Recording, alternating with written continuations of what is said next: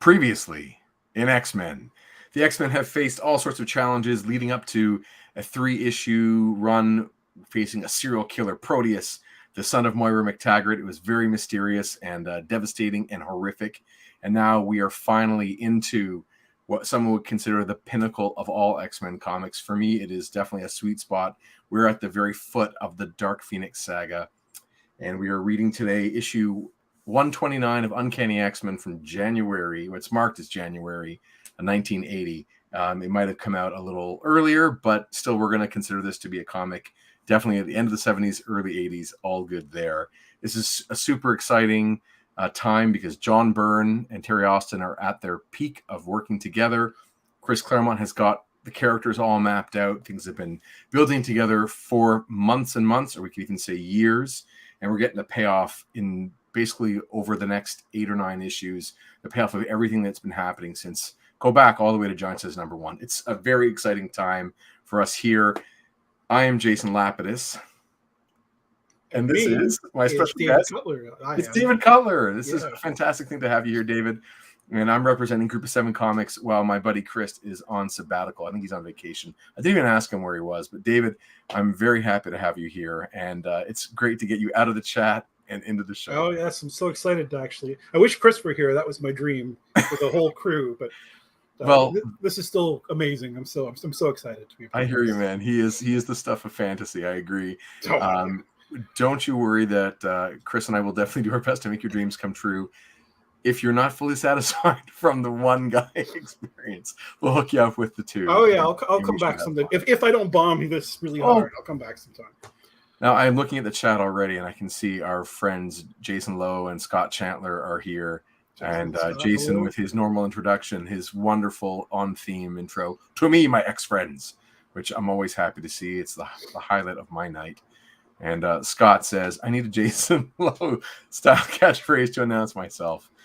Scott, I thought yours last week was pretty good, drunkenly throwing our names back at us. That was a pretty exciting one. But having a catchphrase to open a show is ideal. And that's the whole reason why I wanted to be called Previously in X-Men, because it's something I always wanted to say.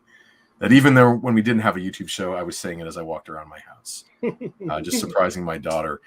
David, do you mind telling me how you got introduced to X-Men? Oh, that's very convoluted and I don't know, shrouded in mystery. Like I don't know for sure. I know I was already reading comics when the X-Men weren't even on my radar somehow, and this would have been like 92. So the whole Jim Lee era had already blown up. Like they were the biggest thing ever. The cartoon was on, but we didn't have Fox in my area, so the cartoon I had no idea about. And my very first memory is the kid across the street, Bradley, had gotten a Marvel magazine of some kind that was just like full of all the characters, and it was full of all these people that none of us had ever heard of, and they were all the X-Men. And Bradley told me with like an air of absolute authority that Wolverine's name was the X-Man. So for like a year or two, that's what we called him. Like he was the X-Man. And then one day I found like an actual X-Men comic, and I was like, this guy's name is Wolverine. We couldn't even process it. But the X-Man is a good name for him if no one else is part of the team. Like on his own, he is the Weapon X-Man, right? Like that's awesome. Who he was to us. And then from there, I got deeper into comics, and I found the X-Men eventually when Joe Madureira was on the book, I guess. Right. So and then I read pretty steady beyond that. But I was a Spider-Man kid initially. Oh yeah, do you remember how you first got into Spider-Man? The reruns of the '60s show at our local CTV affiliate. We didn't have the. I was not even aware of the Spider-Man and His Amazing Friends and the CBS Spider-Man. Right. But so as far as I knew, that Spider-Man show was contemporary to the '80s. Sure. But even as a little kid, I used to wonder why it looked so bad and ancient. But so I don't know. That's what got me into comics, finding out that Spider-Man's adventures were continuing, essentially. Yeah, it's really exciting. Pretty incredible that so many people that got into comics, in the 70s, 80s, and 90s got in from the cartoons first. And like the goodwill that creates with people watching those cartoons and how they're willing to take chances on comics when they find out, there's books with these amazing characters in them. But yeah, those shows go a long way. I mean, that Spider-Man, is it 66 or 67? 67? I believe 67. Man, did they ever get a lot of mileage out of that with readers, right? For generations, all of us little kids. I mean, we all know the song. I actually have a super soft spot for that uniform too, like his costume. I shouldn't say uniform because there's no one else wearing it, but like the version with the webbing only to his collarbone. I think it looks so cool, and I want a figure of that version. So, I remember we'll see if more devastating than finding out there was no Santa Claus. I remember my cousin Sheena telling me there was no Spider-Man when I was like 4 years old. That is, we should find her and give her a piece of our. I doubt she even remembers. But to me, it's like one of those crystal clear. Like we were on the swings behind my nan's house, our nan's house, I guess. And she outsmarted me by she was like 5, so she was pretty clever. But yeah, she basically got me to admit there was no way there was a real Spider-Man. Right. Well, I grew up a little bit earlier than you, and it was Batman that was real. I mean, and Superman. I mean, Chris Reeve and Adam West. These are real guys. So it was much harder to figure out they weren't. But then I also saw Star Wars really young, and I knew that real people could be in unreal things. Like it was, it was hard to think that that world was real in Star Wars. So I think I made that jump early on, but but Spider-Man is a special thing for so many kids. I still see kids in my neighborhood who think for a couple of years that Spider-Man is the best thing ever. And they walk around with a t-shirt and they try and climb walls. And I think it's just adorable. And I'm really glad there is a vibrant Spider-Man cultural artifacts like movies and such in the ether for kids to consume, because it is tons of fun. But X-Men was one of those weird ones that you kind of had to be a little more in the know to find. Like you had to, it wasn't just, it wasn't always just knocking on your door on a Saturday morning. Even for me, I was 17, I think, when the show came on, and it was hard for me to be home or awake on a Saturday morning to see the show. Hey, Trevor, how you doing, man? It was hard to get a chance to watch X-Men, and then I kept coming to an episode that was a repeat of this one I'd already seen. So getting new episodes was very challenging. Do you remember which one it was? Oh no! Now I've watched them all so many times now that I can't remember which ones I saw before. But it could have even just been the opening 3 with Jubilee, whatever it's called, Rise of the Sentinels or whatever. They aired the hell out of that first episode. Yeah, I'm pretty sure I saw that many times, but I actually don't remember the other ones. It wasn't until I sought it out, maybe even on Disney Plus, that I got to see the Alpha Flight one, and I was aghast. What was your first time seeing it? I don't think I ever got to go all the way through the show until it was on. Oh, okay. No wonder you don't like it. You got to ease yourself into it. I didn't like it as a kid much either. I said in another podcast that I just so much preferred Spider-Man because I found X-Men to be exhausting in this way where it just seemed like their bad guys couldn't be stopped. There's so many enemies where if you could watch the whole show on super fast mode and you took a shot every time somebody said the bad guy is reconstituting himself and he's reforms from puddles of 10 separate they blow into pieces and he Nimrod and also the Phalanx does that, and sure. Apocalypse is just as unkillable, and the Brood are unkillable. So all that stuff, I was like, it's too much. Spider-Man beats up a guy enough, and that's it for the week. It might mess up his personal life, but the Green Goblin can be dealt with. Sure, and everyone knows where the X-Men live. Yeah, so house is getting attacked all the time. But now, the older I get, the more I feel like that's life. Life just keeps coming at you, and you think you dealt with it, but it's back again. After having kind of 30 years of X-Men condensed into 5 seasons of a TV show, it really makes these old issues almost kind of quaint when you go back and read when no one comes to attack the house. Yeah, well, that's not true. We've had already a couple attacks, but their house hasn't been destroyed yet the way it seemed to be all the time in modern books. And they relocate to the other coast or another dimension or who knows where. But these old issues where Professor X isn't even in a robotic chair, it's all really quite quaint. They have time to hug and kiss on Muir Island and leave peacefully. There's a leisurely pace to a lot of it once they get home from the whole Savage Land odyssey. But that all being said, I also just want to give a shout out to my oldest and dearest friend, Dave, who says he watches this stream only for the beginnings and the endings, just to see me have small talk with somebody, usually Chris, because he doesn't care about comics, but he just watches the beginning and the end. So I just shouts to Dave. Hope you're doing good, man, and your daughters are good, and your wife, and the dog. All right. So today we are reading X-Men 129, pardon me, and this is a very, very exciting issue, being the start of the Dark Phoenix saga. Do you remember when you first got a chance to read this one? I would have been in college. The Essential X-Men volume was what you usually read from, basically. I have it here. I have 4 volumes here. This one. Yeah, that would have been the one, because it was the old covers. Yeah, which I don't have it anymore. But yeah, it's like a John Byrne cover, right? It's a later period Byrne piece. Mm-hmm. He actually writes on it. It says 20 years later. That's cool. It actually says at the bottom, right there. You can't read that. It says John Byrne 20 years later. Underneath it says Liquid, being, I guess, the colorist, right? I'm also reading it here. I picked this one up at BMV about 12, 13 years ago, because I didn't know I'd ever have anything else, and I didn't want to always have to go back to my original, which I just put a board in today. I realized it's sitting in a box with no board. These ones are going for a little bit. Yeah, it must be a pretty penny. It's Emma Frost and Kitty Pryde's first appearance. Yeah, first Hellfire Club. Sebastian Shaw, right? The whole Hellfire Clubs. Yeah, I've paid $3.50 for it at some point. Not bad. Yeah, I'm sure I could do better than that today. Maybe add a couple zeros to that. And then I have the classic X-Men version with a beautiful cover by Steve Lytle. You know, like this idea of the duality, like Kitty could go on one side or the other. I love it how, she's running away from the X-Men thinking she's afraid, but also, the terrifying Hellfire Club with that color job is good to let like they're sinister, but she's also facing from one to the other, like she's in both worlds. Just like a good idea for that character, for that design. I think it's dope.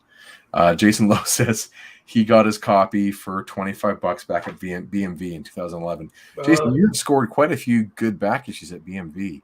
Yeah, you should do a commercial for them and make everyone else feel terrible for not buying all those comics.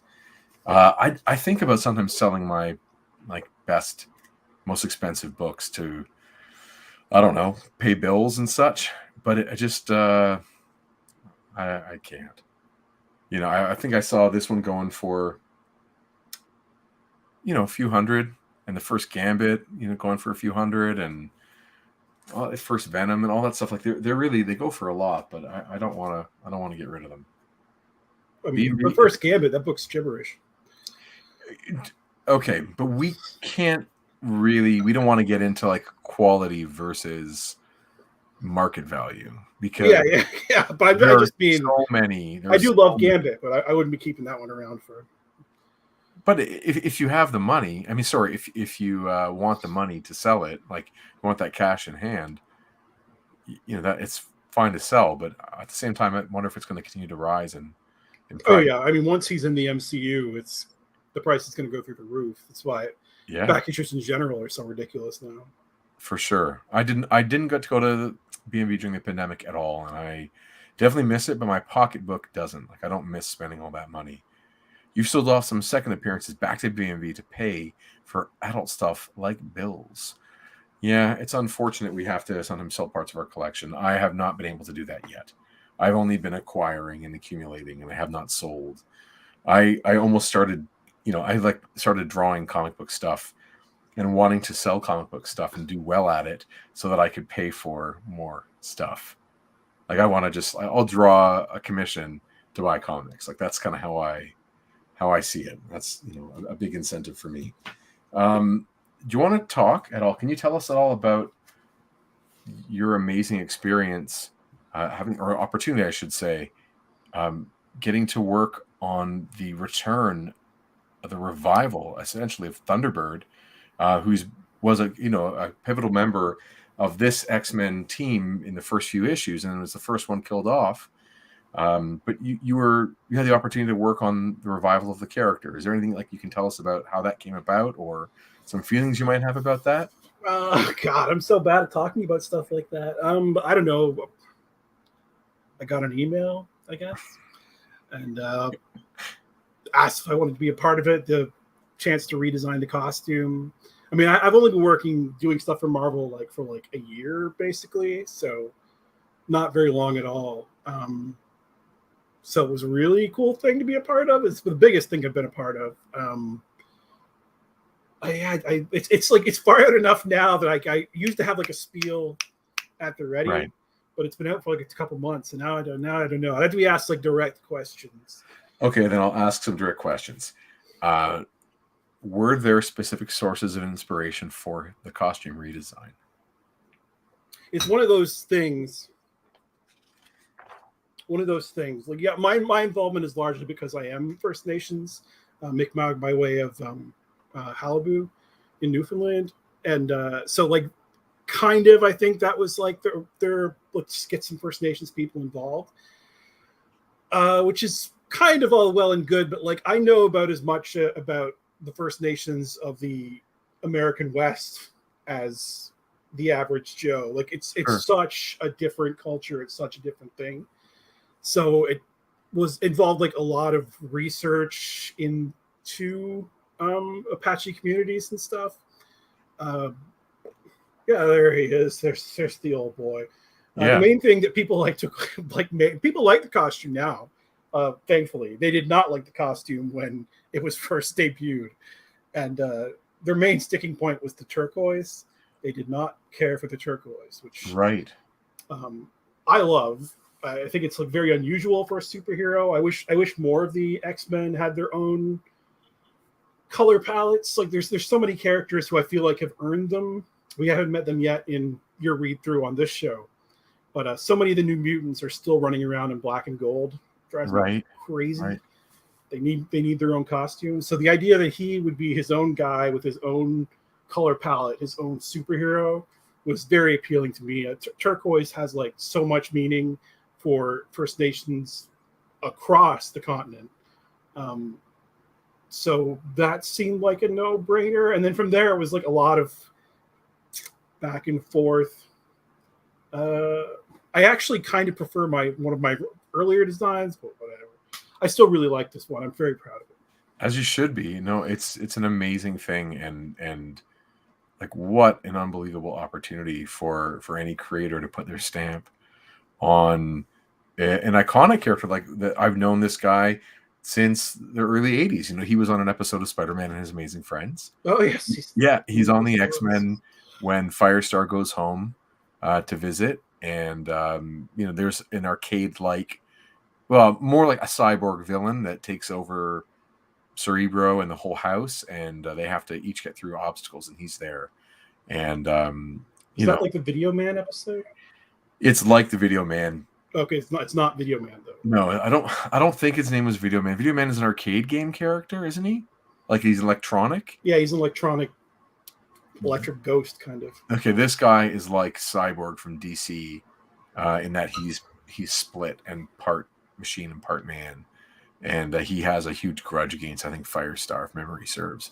But my point was just that Thunderbird is part of, like, for a lot of those kids like me, like he's a big part of our first impression of X-Men from way back in the beginning. Jason Lowe says turquoise works, man, very distinct for this Krakoan era. Are you a hockey fan at all? I'm not going to go into hockey, but no, not at all. So the reason I mention this is because Chris and I are both hockey fans. I also love hockey sweaters. I love the graphic design of them, and I love sometimes what they represent. And you know, obviously colors plays a huge role. And there was a poll that was taken in one of the magazines about the best hockey sweater. And I'm so biased. All I can think of is sleeves, right? That's my bias. And they talked about the article, and it went to San Jose Sharks because they're maybe the only team that owns a color.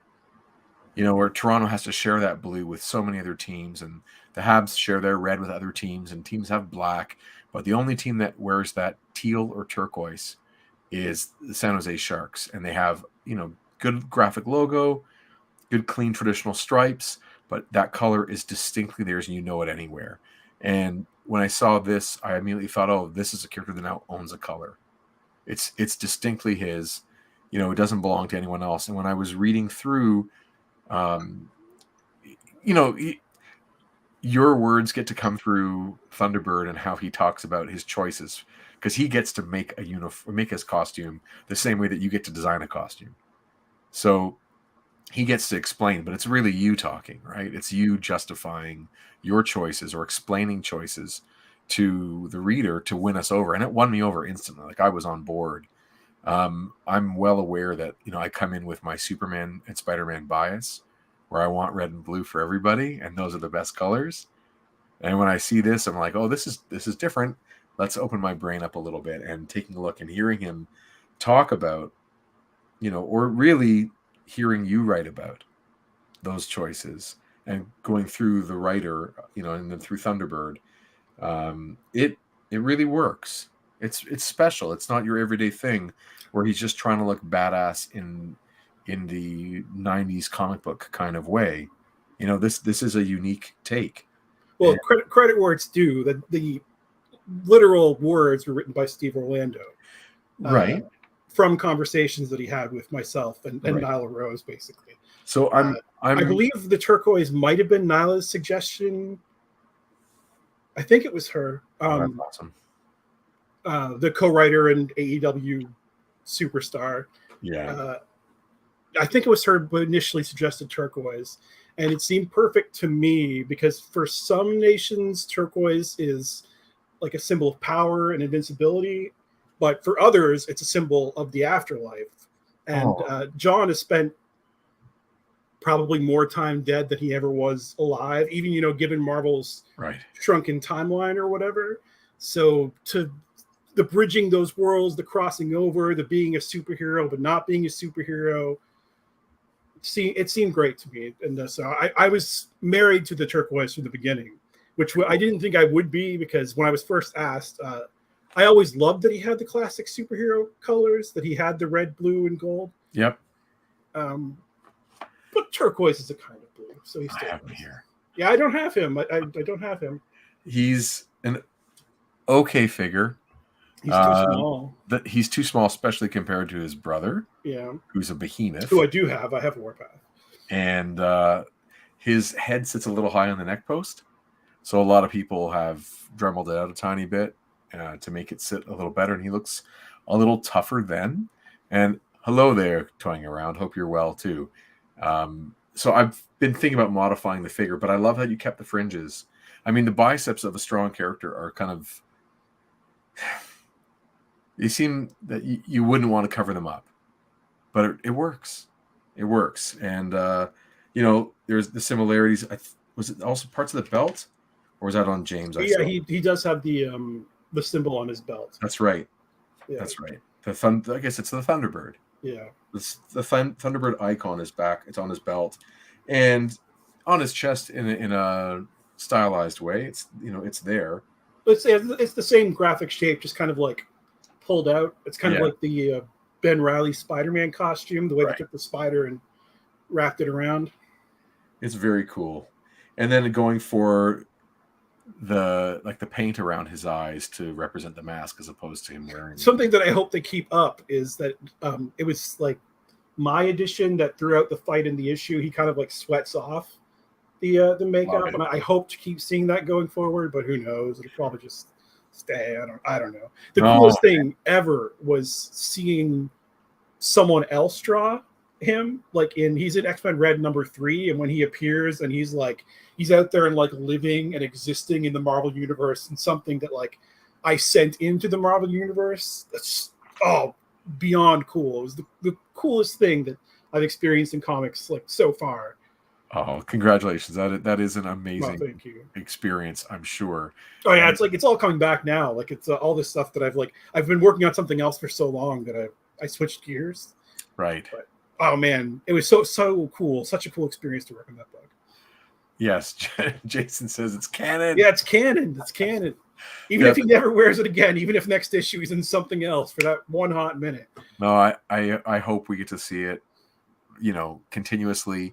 and hopefully even, I mean, I'm just going to say, like, always, action figure.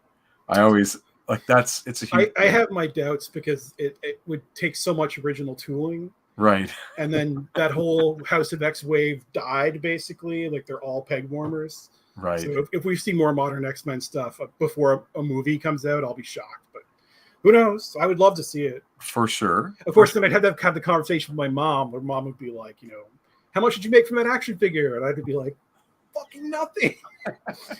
Goose egg. Have you thought about making a custom? I don't have that skill. Right. I have like a ton of I have this like X-Men miniature game, Marvel United X-Men. Maybe 100 different X-Men miniatures, all unpainted, and I stare at them all the time, being like, I could try, but no, I would just ruin them. I would need to get something else to practice on. I would think that a couple of the G.I. Joe bottom half tactical pieces would be really good for Thunderbird's legs, his boots, and his knee pads, and oh, true. Do they make stuff from lines like that though? Like, when it comes to them making it, they wouldn't be able to. I don't think so. No, they don't do it. They don't switch because the tooling is different on the sculpts. But I meant for a customizer. There are a couple of guys in Toronto who are really, really good, really good. I met the guy who, I don't even know if he still does it, but he used to do all the Predators that you'd see at the Silver Snail and stuff. Oh wow, he was an amazing customizer, but I don't know if he's still at it. Oh, I don't know. I've only met a few guys through a Facebook group that Toying Around and I are both in, called Northern Legends, and there are some great customizers there. And anyway, I would love to see an action figure of. Oh God, so would I. If anybody wants to send me one, exactly. Knock yourself out. Okay, and then your next project, you have something coming out real soon. Yeah, since the first week of September, whatever that Wednesday is. X-Men and Moon Girl #1 comes out, which is a 30-page team-up book between a couple X-Men, at least. They kind of oversold the X-Men's involvement. It's just a couple of them, and Moon Girl. That's so cool. Yeah, it's a really, really fun, cute, funny book. I think it'll go over really well. There's a couple panels that I really want to spoil, but I won't. That I hope the social medias have fun with them, because they're very, very. Wolverine's never been cuter. I'll say that. Okay, so you get to draw Wolverine. Oh yeah, Wolverine is the main X-Man, which was he's basically my favorite character to draw. Maybe Spider-Man, but probably Wolverine. So, well, Wolverine is, as you said, he's X-Man. Yeah, he's X-Man. So that's great that you got to draw him. That's really cool. Do you draw him masked and unmasked? Masked and unmasked, and in a third form that there's a. I can't spoil it, but I keep thinking that that would be an awesome Marvel Legends 3-pack. It's with him and Moon Girl, and I don't even know if I'm allowed to say the name of the other X-Men who's involved. He's on the cover, so I can. It's Havoc. Oh, nice. The three of them in a new form with alternate heads. Yeah, that's really cool. Yeah. Super My cool. Havoc is the 90s Havoc. Yeah, I have that one too. I have too many. 3 Havocs I think I have. Sorry, you were saying about your Havoc though. The one that you drew, what costume is he in now? He's in a version of that costume. It's just the crown is tighter to his head. Right. It's not as he can go through doorways. I wouldn't even. You call that a crown? I don't even know what it is. I usually call it a tiara. Yeah, I have no idea what that thing is. It is wild. Yeah, the version from, was it? I don't remember what action figure wave it was, so we don't have to talk about it too much. It was the same wave I think that Kitty Pryde was in. Oh yeah, that one. It's from maybe 4 or 5 years ago now. That one had it tight to his skull. It's in between now. And he was on the Bucky cap body, and he had gauntlets or bracelets, something around the wrist. Other than that, I think he was pretty naked. But I forget which Build-A-Figure wave that was.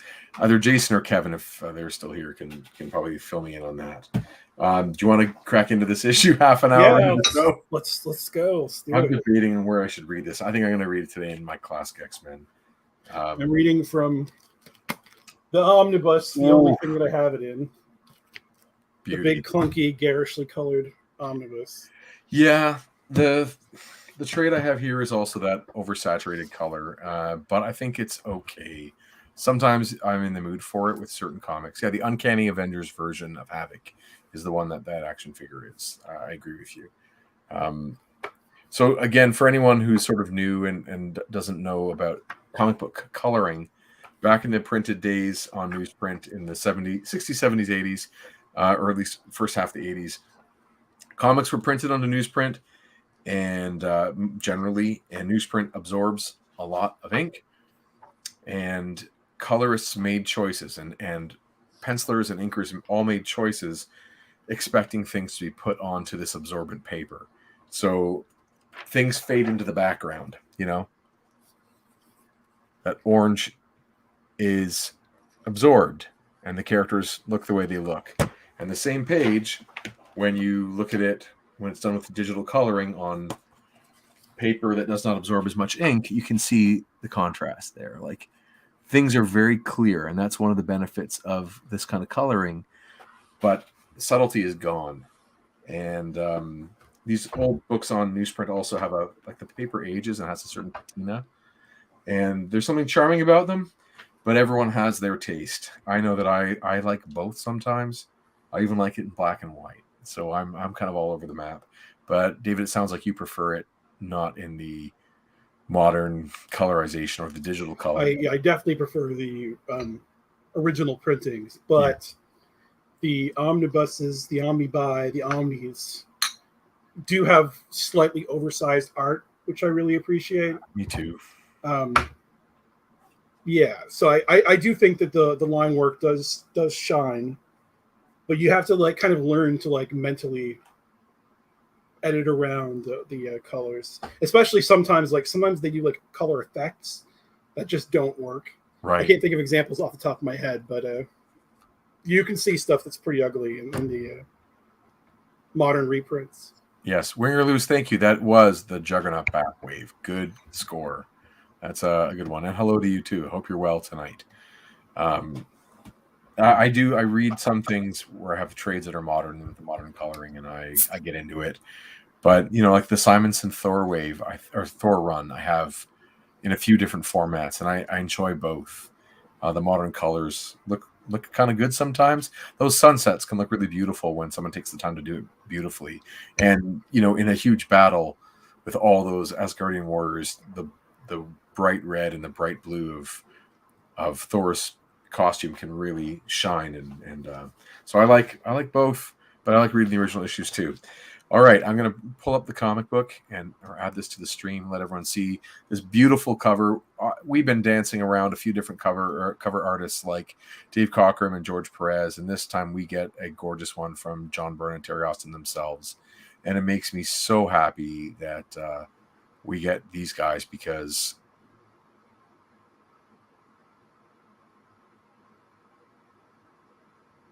Are you frozen? Did I lose you?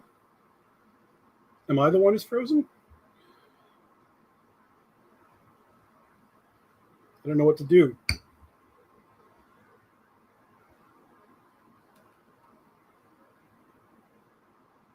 Am I by myself?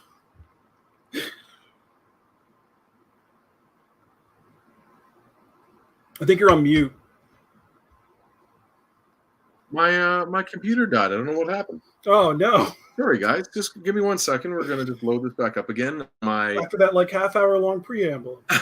My laptop is here and it's running. It's where the comic book is, and I don't know what happened to make this thing shut down for a second. But I'm just gonna turn on my computer again. The power just turned off, and I don't know why. But I'm all the way back at the very beginning.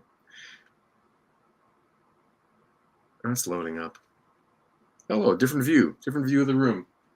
Different artwork in the background. I can show you. There you go. Oh, it's the Mike Zack. Oh, that's an awesome cover.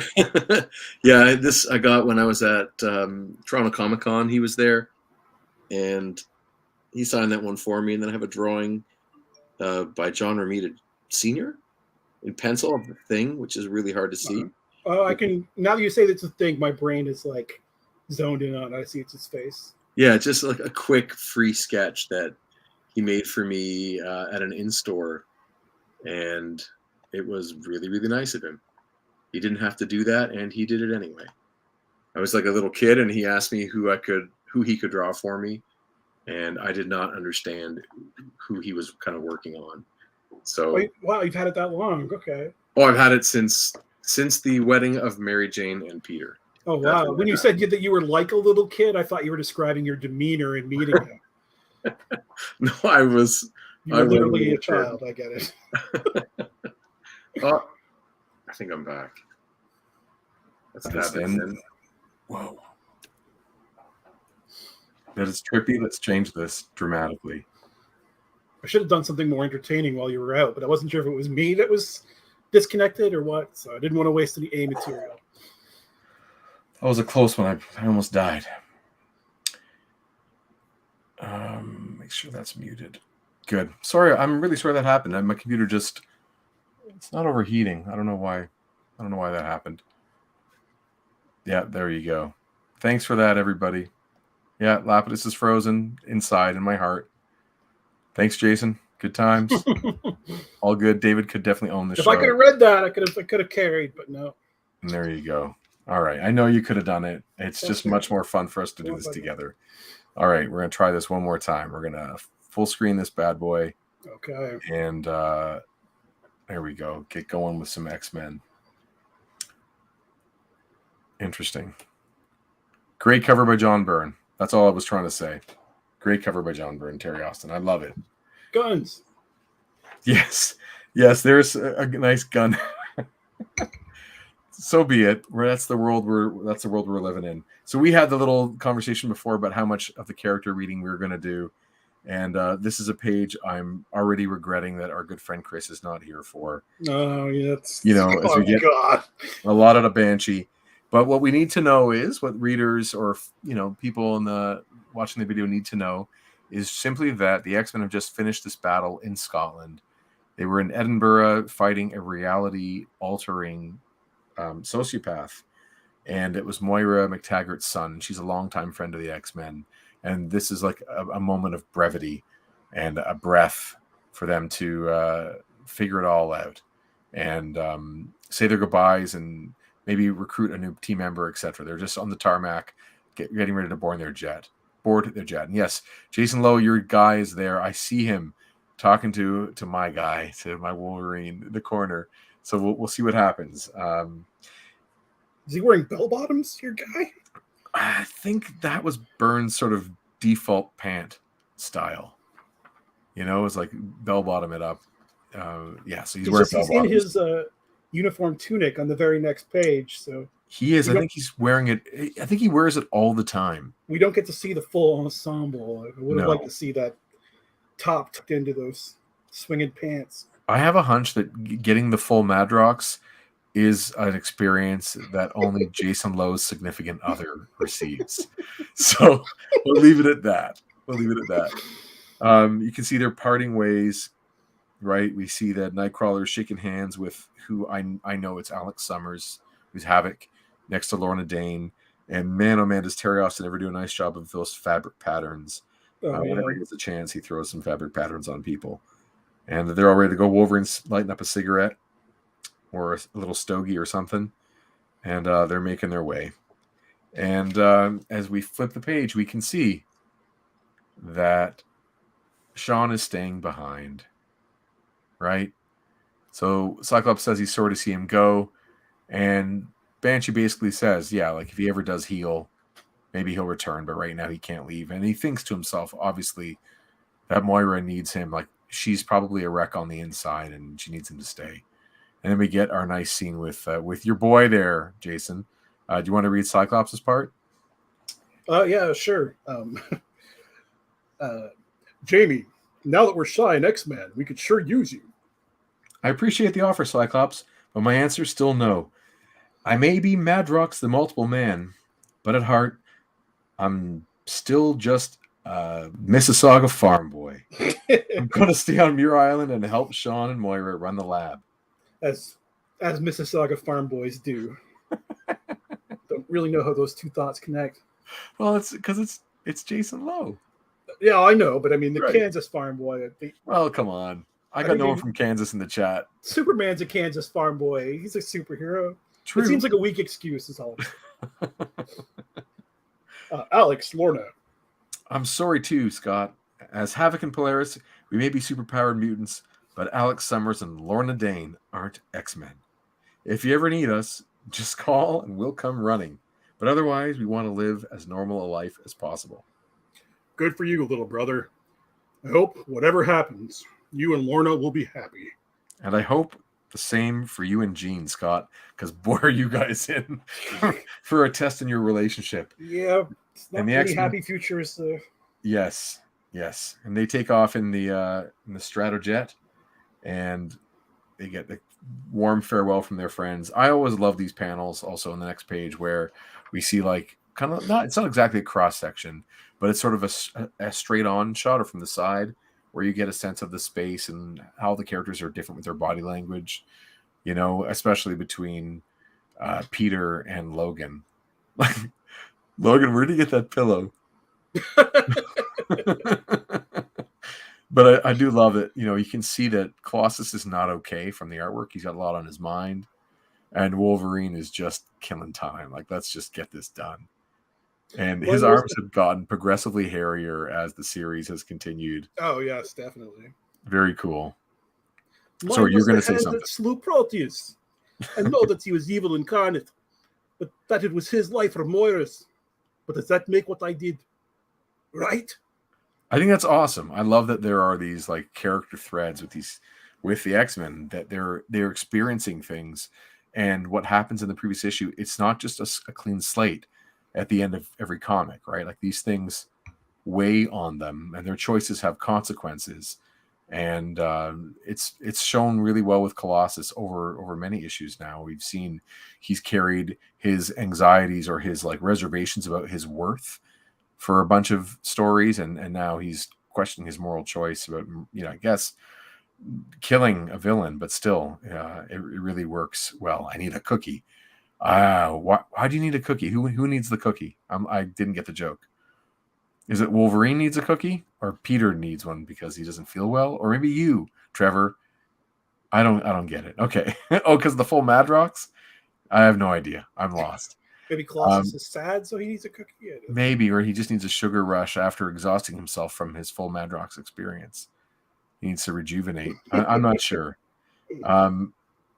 Now, I got to say, in the printing I'm holding here in the classic X-Men, this is definitely a blurrier version. Like, it's not from the originals, because the ornate drawing on the Chesterfield is excellent in the comic that is on screen, and amazing in the trade, and amazing in the essentials. And in the classic, it's just a blur of black lines. It's very blotchy. Or Lorna Doone needs a cookie. Lorna Doone. Because of the hot chocolate? Is that what we're talking about? I'm so lost. Because of the cookies and the hot chocolate they served a couple issues ago. Maybe that's what it is. Austin is amazing, and he uses this texture, by the way, like this screen tone on the floor. The carpet, yeah. He uses it like 3 times in the next couple of pages. It makes me think he was trying to like finish off a sheet of screen tone. But anyway, I like Zipatone. And we get another shot of a really freaking sinister looking Jason Wingard, and he is inside this woman's head. Like, he is just manipulating her right to her core. And this has been something brewing now for like 10 issues, where he's been putting in like suggestions and playing in her imagination and her subconscious. And he has the goal of owning her, completely owning this woman. Lorna Dane reminds me of Lorna Doone. Who is Lorna Doone? I am so lost. I have no idea what's going on there. I know. Do you have any idea what he's talking about? None whatsoever. Less all the time. I'm sorry, Trevor. I usually you and I sync up pretty easily. This time I'm lost, but it's okay. And we see like a moniker on the like a stylized logo on the jet of the Hellfire Club. And in the classic X-Men, there have been additional pages put in many times in the first 20 some odd issues that help build up the Hellfire Club as this deep secondary plot or subplot, but in the original issues, this stuff wasn't there. You know, this is our first time coming across the Hellfire Club, and I guess Claremont felt it could use a little bit of a retcon 10 years later to strengthen their hold as we get closer to this story coming to fruition. It's funny, in the omnibus you can just barely see that there's a logo on the plane, and in the original printing, good luck. Yeah, I could open it up in this one, but in the original, it is it's hard to see too. It's the color that does a lot of the work. On it's just like a lowercase h kind of thing. Yep, I can kind of tell that. Okay, so Winger Lose has done the Googling. Lorna Doone is a brand of golden, square-shaped shortbread cookie produced by Nabisco. I don't know if we have those.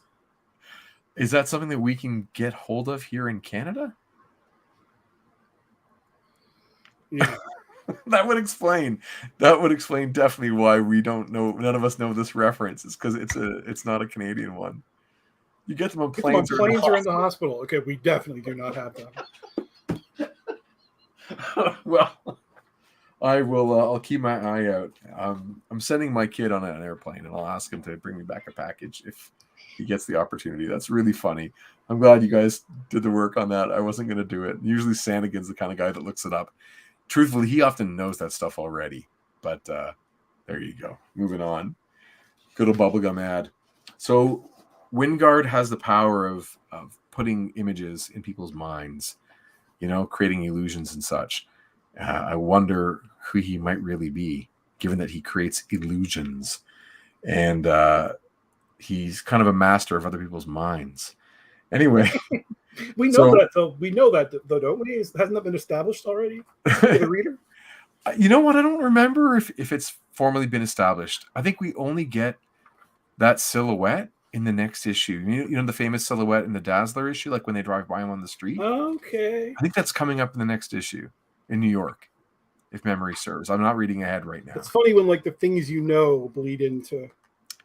I think he's just this really romantic, charming guy. Okay, so that's going to be like a reveal. It is. Right. It's a good one. It's like a deep cut, too. It's like X-Men history. I think everyone in the chat knows who this guy is. I think anybody who could ever care knows. But, Right.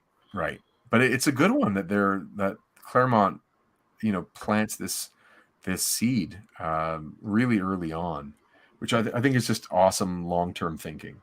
So, Jean Grey is having this illusion again where she's on a ship, and obviously she's with a knight of the realm, the most magnificent man she's ever known, and he is deeply in love with Miss Jean, and she's in love with him, mind, body, and soul, and she's in two times at the same time in her mind. She knows that this is weird, but she still feels at home here, and this is like her third time shifting, and she thinks she's experiencing maybe a connection to a previous life of a family member, like in her like reincarnation, or living into someone's past life.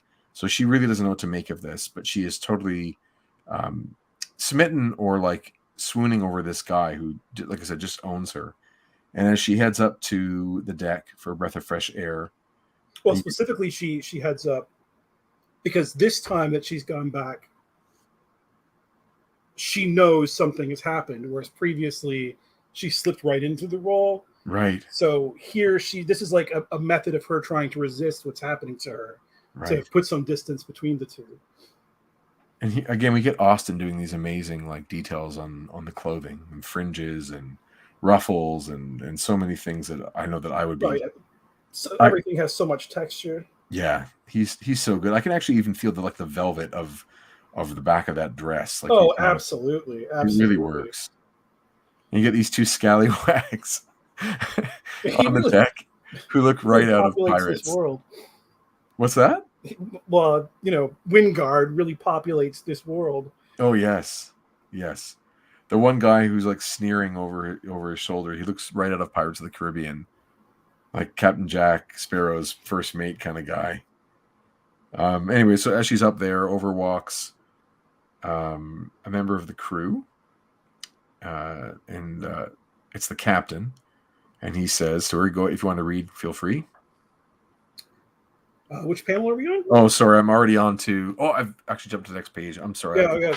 It's a double page. I'm on in my book, it's another page. So it's moving over. Hold on. Here we go. So here comes the captain. The captain. Wait. I know that voice. Scott. I saw you back on deck, ma'am. Is anything troubling you, Jean? She's white as a sheet. Almost terrified. I'd like to help. I don't think you can, Scott. I doubt anyone can. At least let me try. I need to talk to you, to explain some things. About your dating Colleen Wing? You needn't. I already know. I never tapped your mind, Scott. I never will. But I couldn't help picking up stray thoughts from the others. Jean, Colleen's a friend. No more, no less. Well, that's a lie. We didn't see them sleeping together, did we? She gives him her house key, which is pretty coded, I think. But maybe he just means we're sleeping together and we're friends. Fair enough. It is the X-Men. I've done a lot of thinking since your death in Antarctica. I haven't much liked some of the things I've learned about myself. All my life, it seemed that every time I turned around, I was losing the people that I loved. My folks, my brother Alex, the few friends I made at the orphanage. Each time, the loss hurt. Losing you was the loss I couldn't take. If I'd allowed myself to feel anything, the grief would have broken me, maybe killed me. When I thought you died, it was like my mind shut off a part of myself. I felt nothing. Jean, you're everything to me, as necessary as the air I breathe. I used to say I love you without truly knowing what I was talking about. I know now, a little anyway. Jean, I love you. And I, you, Scott, with all my heart. And that is one heck of a kiss, too. Like, I'm reading it very melodramatically, but I think it's a very sweet moment. I think so, too. And, I'm taking it earnestly. Like, I'm not trying to poke fun. I like a lot about it. I think to think again that they're building this for 16 issues, right? It redeems Scott largely because my first time reading through this, I still remember how jarring it was when he says that he feels nothing at all. Like he mourns the loss of Beast, but when he thinks of Jean, he feels nothing at all. And I was just like, wow, okay.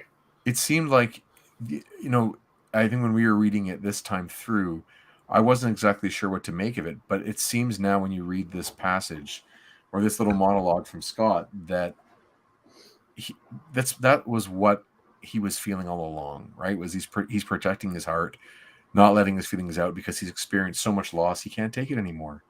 And I buy in. Like I'm totally for this. I don't have any issue with it. I think it's actually rather sweet, and I love the open panels too. Have you ever read the? It's like one of the only classic X-Men I've ever read, and I don't want to spoil it because you'll get to it. Possibly you've already gotten to it. I have no idea. Where Jean is getting ready for a date with Cyclops. Yes, it's beautiful. Tug on your heartstrings, beautiful, and so sad. Yes, it's shortly after she gets the Phoenix powers. Yes. So have you actually read that already in this series?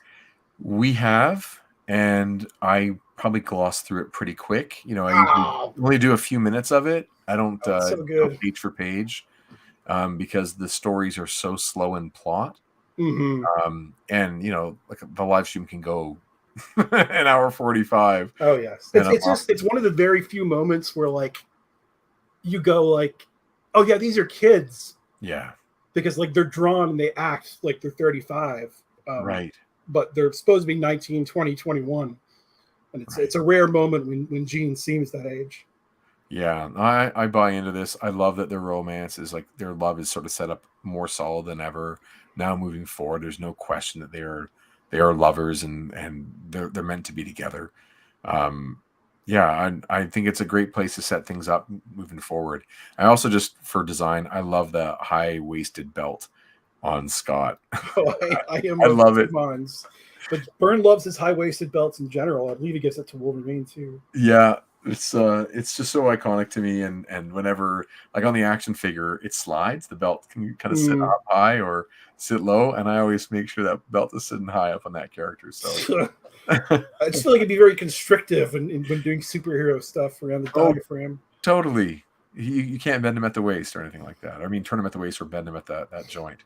Hey, Prime to the First. Hope you're doing well, and glad you're here to join us. And Jason Lowe wants to serenade everybody with I would do anything some Meatloaf. Yeah, I was at a bar the other night, and there was a guy there who looked just like Meatloaf, and it made me very sad because he's dead. Right? He died, didn't he? He did, yes. Okay, just making sure. COVID. I was busy cracking jokes, and the guy, he's long gone. So the X-Men arrive home, which is really exciting. Haven't been home in a while since before the Proteus adventure, but for those, again, who have not been following along, the X-Men just got reunited with Beast just before they left for Scotland more than 3 issues ago. They just got reunited with Jean when they arrived in Scotland after, again, being away from her for 15, 16, 17 issues. And Professor X has been on the other side of the galaxy. Mm-hmm. He's been on not a love adventure, but just spending time with his cosmic paramour, the Empress Lilandra. So he's for us to see him back. This is very exciting. The X-Men pick up life signs, and they don't know who it could possibly be because they don't think Professor X is even in this galaxy. So Cyclops has leaned over the awesome Mr. Spock, like, scientific sensor readout thing that's like illuminating, the lower half of his face and his chest, like right out of Star Trek. Was that to your knowledge, was that device, like that way of looking at information that Spock would do on the old show, was that in reference to something else, or was that the first time that was used? I would not be able to tell you. My guess would be that Star Trek was the first. It was a really cool way of doing it. I'm glad they've kept that on the modern series moving forward, because I always like that as a thing. Like, he has this special little viewfinder that only he can look in to see some kind of display that no one else has, and it's neat. So I'm glad it's on the ship.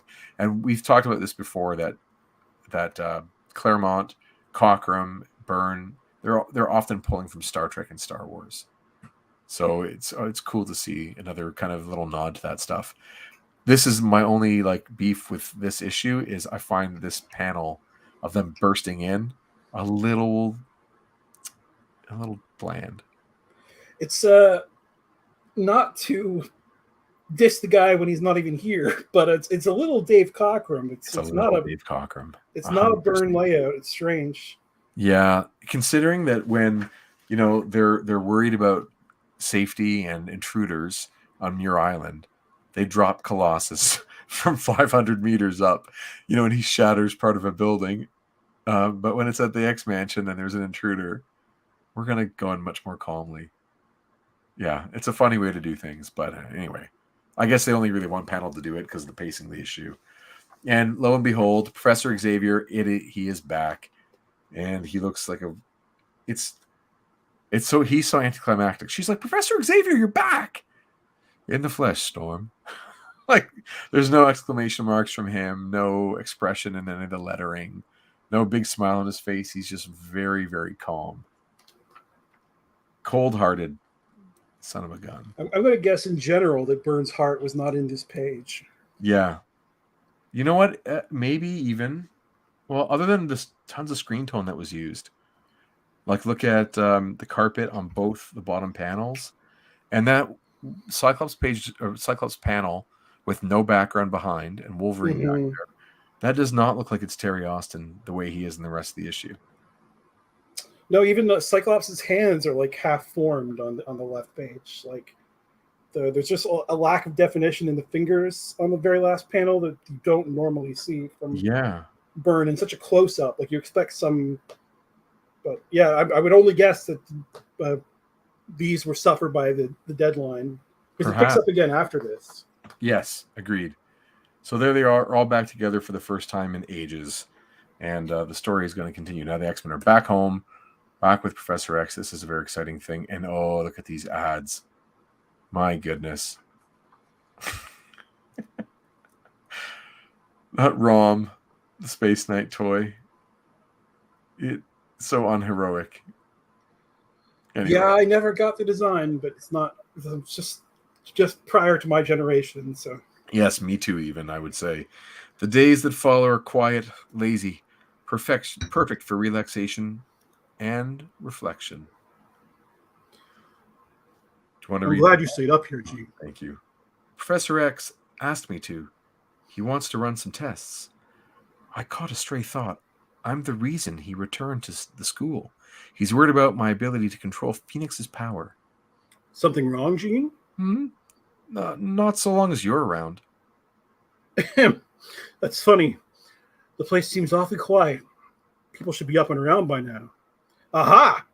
I heard something behind this door. Scott, wait. Don't you remember? That extra thick door leads to the danger room. Wolverine! Where are you going? Wolverine! Ease up, mister. Didn't take long. What's going on in there? I'm no kid anymore, Summers. And I'm no flaming amateur. So where does Chrome Dome get off treating me like one? You tell Xavier what I told you, bub. Wolverine don't jump through hoops for nobody. Sounds serious. It is serious. And I should have seen it coming. I just didn't figure things would blow up quite so quickly. Professor, can I talk to you? It's important. In a moment, Scott. Nightcrawler. Now we will test your agility and wall crawling abilities. Storm, your airborne maneuverability, and Colossus, your strength. Scott, notify Wolverine that his childish outbursts will cost him 10 demerits. Thinks he's running Hogwarts. This is actually a good part. I know that you're reading both. Do you mind reading? Yes, absolutely. I think it's good. 10 or 10,000, Professor. I doubt they'll mean anything to him. Wolverine's a grown man with years of experience and training in the use of his powers. The same is true for Storm, myself, and Jean. The original X-Men were teenagers with no idea how to cope with their mutant abilities. We're not teenagers or beginners. You can't treat us like we are. I tried that way. I failed. I am not you. No, sir. But you also haven't had much contact with the new X-Men since you formed the team. I've lived with them, worked with them, fought with them. First and foremost, we are individuals. We can't mesh into the same kind of team as the original X-Men because we're not the same kind of people. Forgive my bluntness, Scott. But to me, that betokens a failure of leadership on your part. This anarchy is a result of your failure to teach these mutants how to be a team. Professor, we are a team. Quiet. You're correct. I have been remiss in my duties. I have not taught the new X-Men in part because I trusted you to take that responsibility. That lapse will be speedily rectified. How do I reach him? I know I'm right, but... Cerebro's contact alarm. My scanning device has discovered a new mutant. We'll continue this discussion later, Scott. Scanner indicates 2 mutants, both manifesting abilities unknown to Cerebro's memory banks, and both potentially quite powerful.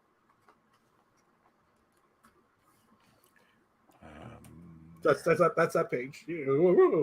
Christmas. This is crazy. To him, I'm still the untried kid who's allowed only so much responsibility with the X-Men and no more. 1 in Chicago, 1 in New York City. That means if we're to contact them as quickly and efficiently as possible, we'll have to split the team. You and Jean take the New York contact, Scott. I'll take Colossus, Storm, and Wolverine out with me to Chicago. I want to see how they operate in the field. Most impressive, gentlemen. Poor Xavier. If only he knew that the Hellfire Club has a tap on his precious Cerebro, and that every scrap of data in its memory banks is ours for the asking. Your man, Warhawk, did his bugging work well. What's your next move, Shaw? Do you want to be Shaw? Oh God, what would Shaw talk like? Also, I this is don't. my first time noticing that Warhawk is mentioned there. Yeah, That be the Warhawk best thing Shaw actually ever. mattered something. That's insane. Yes. Um, we'll contact those mutants, just as Xavier plans to. Only the Hellfire Club will get there first and recruit them by hook or by crook. And if along the way we manage to acquire or eliminate some of the X-Men, so much the better.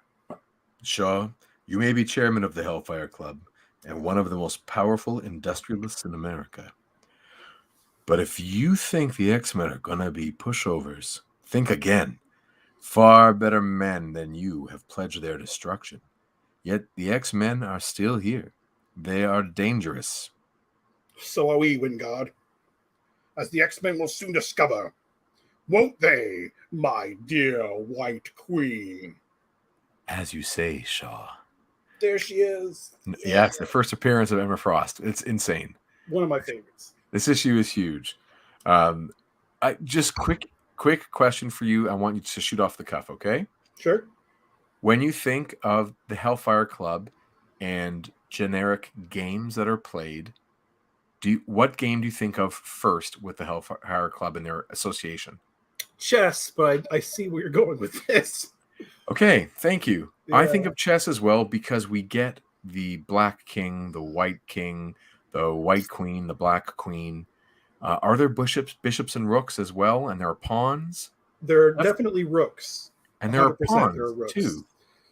Like all those foot soldiers are the pawns. Yeah. But yet here, with the Hellfire Club's first, appearance in this, cellar-like space, their chairs are adorned with playing card symbols.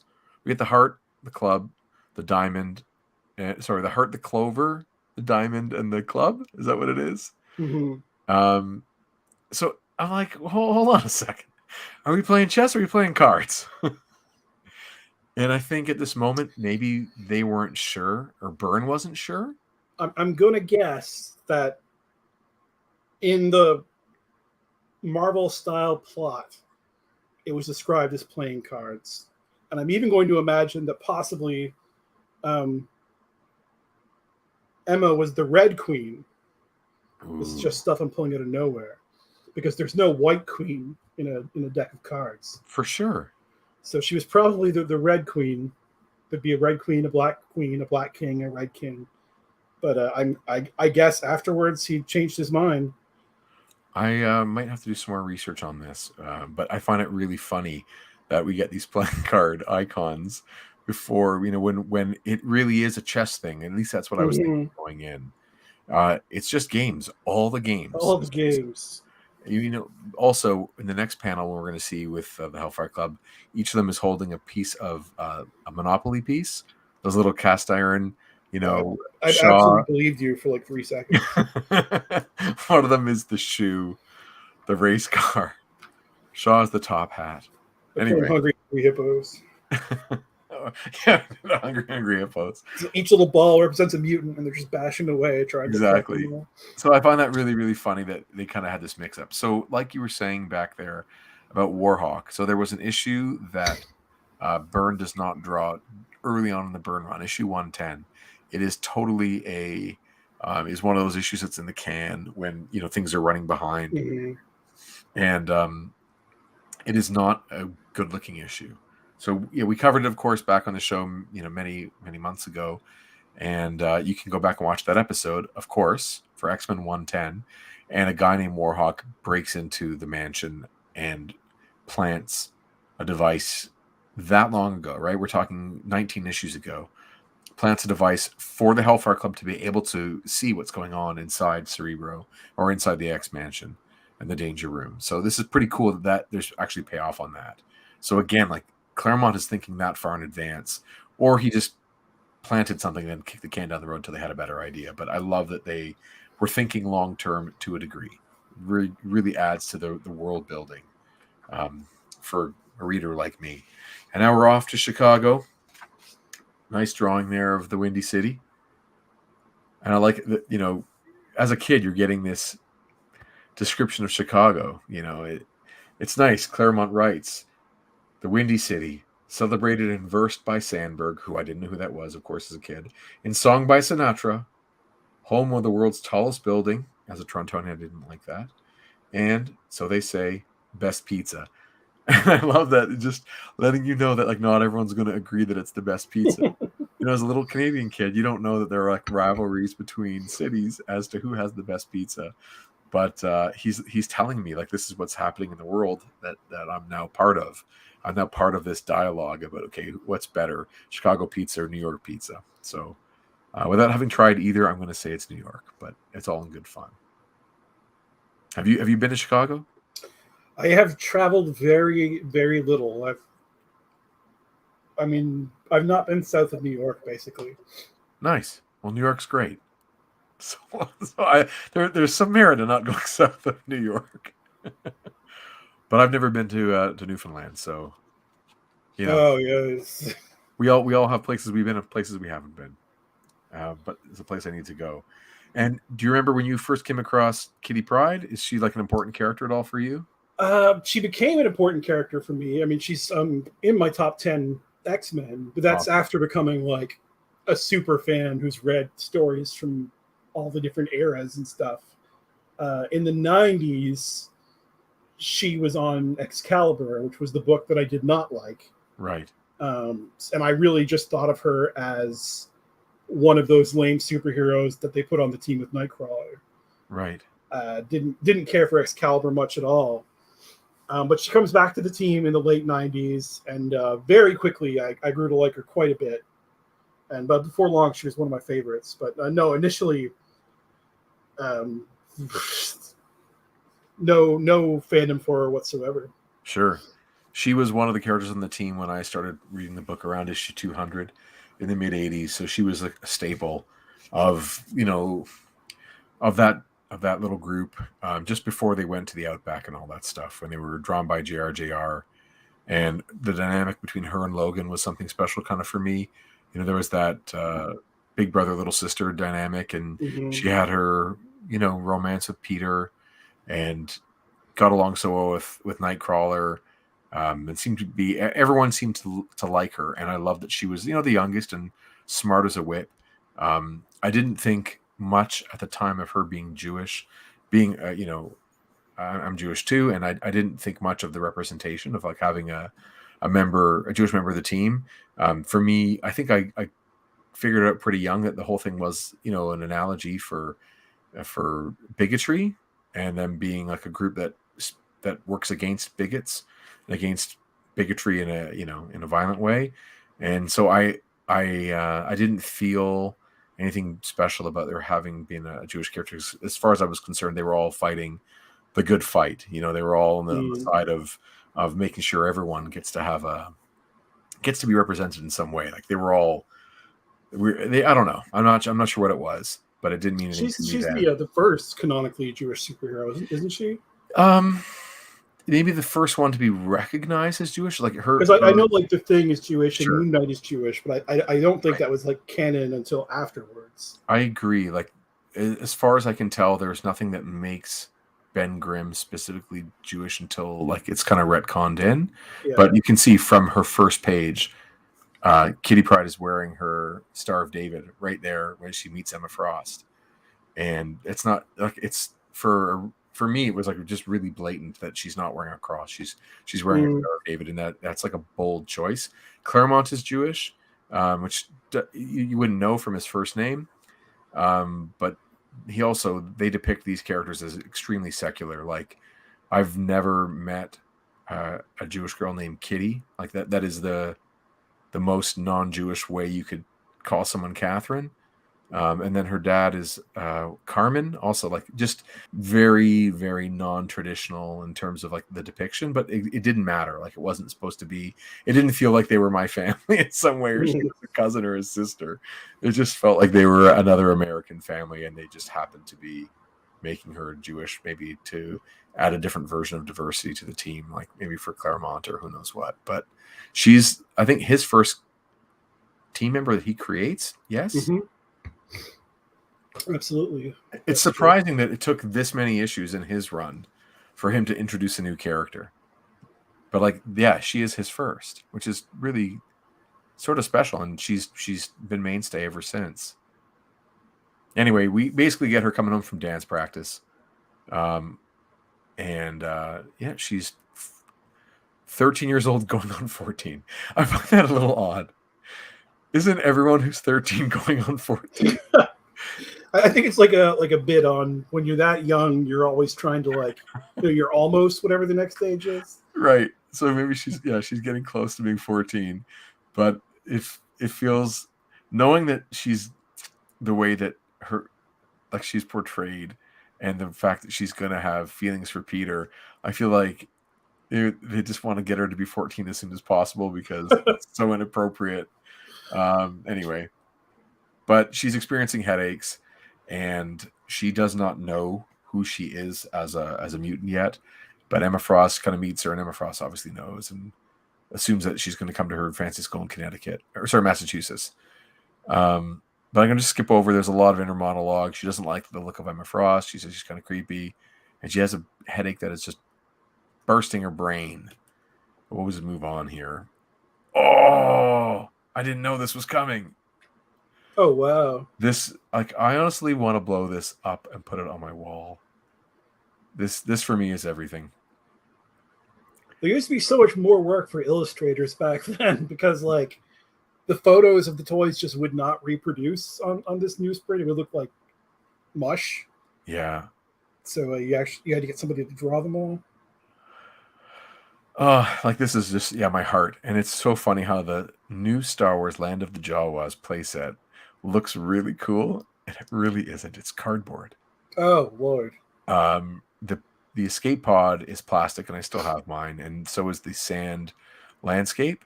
It's like a molded plastic in that color, but the sand crawler is a cardboard piece that unfortunately mine's long gone, and it has like a sliding elevator so you can slide droids up into its belly, so to speak. Really cool. I just love seeing the drawings of the action figures. There's just something so quaint about them. I don't know what it is. But So Jason says, I want all those. And I got to say, man, I have all these figures, which is really a great feeling. But the die-cast ships are the ones that I'm now craving. I got to play with a lot of these as a kid, or at least a few of them, friends, the neighborhood and such. But never the Y-Wing fighter and never the Imperial cruiser. I don't think I've ever seen any of them, the die-casts. Yeah, they were really cool. Trevor, also, you love this ad. I'm sure as a kid, you and I both, goobered over it. Like, it's just so neat to see. The diecast, unfortunately, none of them are to scale. They're all about the same size. Oh, yeah. So, actually, now that I think about it, the Imperial Cruiser, I think I did play with, and I believe it has a small plastic, like the Tantive 4, that you move a latch on the bottom, and it comes out the bottom of the ship. So you can play that kind of chase scene at the very beginning with that toy. But maybe these guys can correct me. Okay, Jason wants them all fresh in their packages in their prime. Yeah, good luck. You can get remakes, I'm sure. But they're really beautiful. And even the Boba Fett looks like he's colored correctly almost. It's very cool. Yeah, I only hit for the diecast ships. I think I had the Darth Vader fighter and the X-Wing. And that X-Wing flew with me all around the galaxy. I love that thing. Anyway, beautiful. I could look at this ad all day, but we're going to move on, of course. So she's got the headache real bad, and I love the use of like the cartooning here as she sort of blacks out for a minute, and she goes through the floor, right? And we don't really know what's happened, why she's gone from one panel to the next. But you and I both know that she dropped down. Her power is that she the setup of the panels is so good. Like she dropped through the gutter essentially. Yeah. It could be like it's time travel, sure. And that's one way to read it. It could be that she's a teleporter. I think that's good too. But knowing what we know, it leads the reader to possibly suspect, even subconsciously, that she can move from one space to another, like down. I think that's a really good looking one. And she has to say to her parents, "Oh yeah, I snagged my foot on the rug." They do this scene in the X-Men Evolution cartoon, Right. like maybe in the first episode, and they add in that great bit where after she runs away and makes her excuses, like her parents look up and her like blanket from her bed is stuck halfway through the ceiling, like it's like That's hanging awesome. down into the living room. That is awesome. That's one thing you know how everyone loves the version of something that they saw first? Like, you love whatever X-Men you saw first is like your favorite one. For me, I never got over the fact that Jubilee was the Kitty Pryde on the cartoon. Oh And yeah, Rogue was the Kitty Pryde in the movie. That bothered me at the time because from my perspective, I felt like it should have been Jubilee, and of course, somebody like 5 years older than me would think that it should have been Kitty Pryde. Right. So that was she's my character. So for that, I loved it. But anyway, so she runs upstairs trying to figure things out, and Emma Frost makes her way out. And can we all agree that this is like the most boring Emma Frost has ever looked in her whole life? Well, she's trying to look school marmy for the sake of the parents. I think if she showed up in the full like lingerie, it would have put them off a bit. Modern Emma Frost would never let this happen to her. She would be disgusted at the thought. Very true. That is very true. She would not disguise herself. She would more likely put the thought in their head that she looked conservative. Yes. But she wouldn't herself dress this way. Anyway. And of course, approaching are 4 members, in the broadest sense with Xavier, 4 members of the X-Men family. And Wolverine wearing, I don't even know how you describe what this suit is. Dressed like an absolute lunatic. It's not like cowboy formal. I don't know what it is. It's like I feel like I've seen it somewhere. Like I know what he's doing, but I can't put words to it. Maybe someone in the chat can phrase this better. Can describe what it is that Wolverine is wearing. It's Wolverine's personal version of a Canadian tuxedo. Like, and then the stitching is like he's got like 4 W's on him, which is like, is that for Wolverine? What are you doing? Maybe in Calgary this was a little more common. I don't know. I don't know where Byrne gets this from, but Wolverine sees her go by and he says, "Nice looking frail." Okay, God, he's still saying that. Something about her scent though raises the hackles on my neck. Wonder why. And it's like No Country for Old Men. How you're a Bardem style, Jason Lowe says. It is, I don't even know how to describe what that is. A pantsuit of some kind, a Western flavored pantsuit. It's something really odd. So the X-Men arrive, talk to Carmen Pryde, as he sort of says their name a little bit facetiously, like, "Oh yeah, from the School for Gifted Youngsters. Sure, pleased to meet you." All right, so they go on in, and Kitty's first thought upon seeing them, she's kind of hiding upstairs, and we get the screen tone being used on the wall. Kitty's hiding kind of around the corner, and she says, "These people are weird." That guy pushing the wheelchair is so huge. Kind of neat looking, though.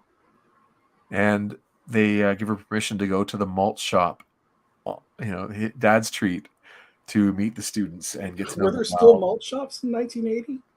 Let's just say they're in Deerfield. Is that the name of that sounds right. Suburb? Deerfield, yeah.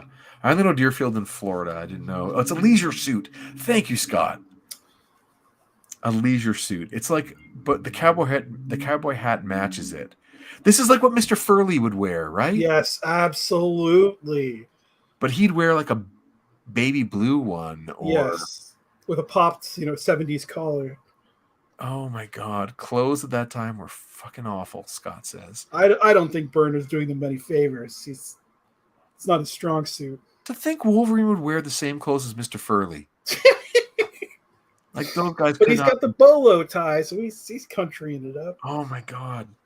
All right, I don't even know where to begin with that. But I mean, even Colossus, I've never seen a sweater vest of that cut. It's an extra large. It's like a giant circle neck. It's like what do they call those necks? Like a swoop neck? Like the sailor cut, basically, where it's like this just giant square. Really awful. He must be a very handsome man for Kitty to have taken notice. For sure. So can we read through maybe this? We only really get a couple more pages, and they're all gold. But if we want to read the X-Men at the malt shop, do you want to take on Kitty or Storm? Let's start there. I'll be Kitty, I guess. Right. I don't want to read the first sentence. Oh my God! I tracked you into that one. So again, keep in mind, people on the internet, we're reading this verbatim. We're not agreeing with this way of describing people or being that superficial, but this is what Claremont and the editorial team published in 1980. And Kitty is a little bit amazed and doesn't know how to handle it. Go ahead, David. Oh, Lord. Do you want me to read it? No, I got it.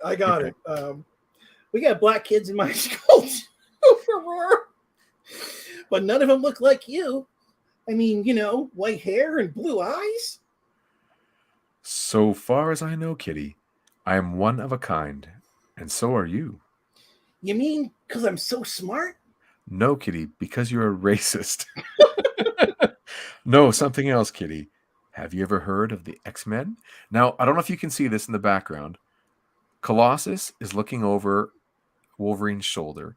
Wolverine is looking at magazines. Wolverine is reading a Hustler magazine.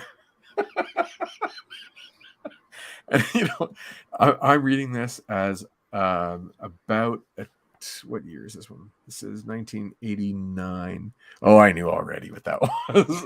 I'm about 14 at this point. So that was, I had never seen one, but I knew what it was from a friend. But I love that Peter is like so surprised looking over the shoulder, and the guy behind the bar, who really is right out of the 1950s, he's giving them the stink eye. Like, he does not like that Wolverine is looking at the magazines.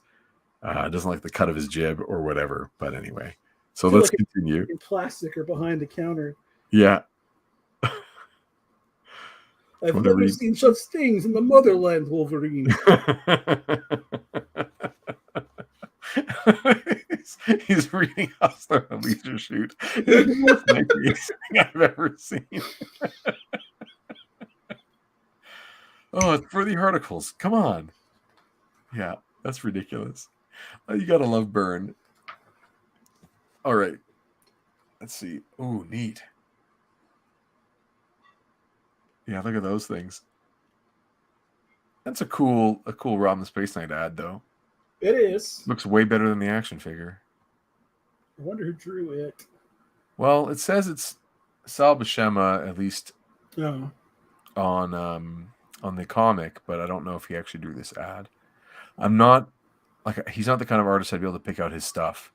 No, not myself either. I could in his 90s phase. I definitely know what Sal Buscema's art looks like in the 90s, but he might not have his own. Might be more of a house guy at that point. Yeah, I've read a lot of his comics, truthfully, like a lot of his Spider-Man, and he did some of the work on Simonson's Thor, and his Hulk face. Like I can see his hand in terms of poses, anatomy, and faces, but only when I'm kind of expecting it to be him. I wouldn't be able to pick his stuff out of a crowd. Yeah, capture that Stretch Armstrong market with that left-hand ad, for sure. Why not? I mean, you have some of the most marketable characters in the world, and I'm glad they got to use them a little bit. All right, let's keep going, because we really only have a couple pages left. Yes, and this is one of the things I wanted to talk about with the issue, what she's about to say. Please. So she says, Storm had asked, have you ever heard of the X-Men? Yes. Sure, they're superheroes or something, like the Avengers. They were just in a big fight in Scotland. Hey, are you them? Byrne, Claremont, it's so weird because he goes on to define these things, but early on in his run for the first 100 issues, he is not that interested in leaning into the premise of fighting for a world that hates and fears them. Claremont writes the X-Men like people don't really even know about mutants very much. It's very strange to me, and it comes up all the time. Like, she thinks the X-Men are the same as the Avengers. That doesn't seem right to me. Well, she goes to different websites, that's all. Yeah. It's her algorithm brings up different articles. Right, it is not consistent with how the world perceives them. But those guys on the boat knew who they were. Like, that's coming true. from Japan. So there is like some kind of public consciousness of the X-Men as an entity. But if they were like celebrity famous, you'd never forget Storm ever. You know, like you'd see her once and she's unmistakable. True, but I just feel like she should think of the X-Men more like the average person would think of Antifa or something. Right. That there's something possibly controversial. And yes. Yeah, you don't want to be associated with them. Like, why would a kid think they're cool or adults think that they are a menace? Unless there's there's like they're exposed to different media, which at this time they're not. You know, there's only a handful of channels in the States. So there really wouldn't have been multiple points of view on them being put forward unless NPR that, you know, they support the X-Men while, you know, something else doesn't. I don't know. We only really get the Bugle, right? Is sort of the only media out that we ever hear about in Marvel this time. So it'd be neat to kind of wonder. I guess that's what Marvel's was also looking at as a miniseries, like how are they being perceived through? That might actually be the first time I read the X-Men in comics. Was the second issue of Marvel's. I believe that's the case. So to me, like, that was like part and parcel with the concept straight out the gate. That, you know, they have that great scene with the brick throwing. Yeah. So that to me was the X-Men. So going back and reading the way Claremont handles it early on is a little strange for me. But, fair enough. And not to jump ahead, but with a character who's introduced in the next issue, there's a similar sort of conversation as to here, where like this character is an adult and doesn't seem to have any concept of mutants. Right. Just strange. Very strange to me. That's interesting. Professor Xavier said it was all right to tell you. Gosh, can I have your autograph? So much energy and life and joy. If not for an accident of war, I might have been like this at Kitty's age. Instead, I was walking alone across the Sudan. I hadn't yet learned I could soar on the winds. In that desert, I almost died. I find it to be like a strange thought to end on. Like as it's cutting out, it almost feels like that's an add-on that you should have stayed with the word winds and then not had that extra sentence. It's also very long thought to have while staring blankly ahead at a teenager. Yeah, it's Miss Aurora, are you okay? And meanwhile, Wolverine has switched to Penthouse. He's made it through the articles and the Hustler. This ain't no library, fella. You want to read the magazine? Buy the magazine. I don't like being tapped up, ordered around. Wolverine, no. And I don't like people reading without paying. Want to make something of it? I thought you'd never ask. Wolverine, behind you. Eh? Or crash. Yeah, man. And these magenta mandroid looking dudes come crashing through the window. These poor people in this soda shop. And like, I love it. So he's reading a Penthouse. He puts it there behind the Playboy. I mean, what kind of soda shop is this? Anyway, I guess those things were much easier to come by than, Anyway. Wolverine's also like, it's 1980. It's way pre-internet. This stuff is like not extremely taboo, but it should be a little embarrassing, but he does not mind whatsoever. Sure. So they come crashing through, and right away, we found the X-Men. Take them. By the White Wolf, a flamethrower.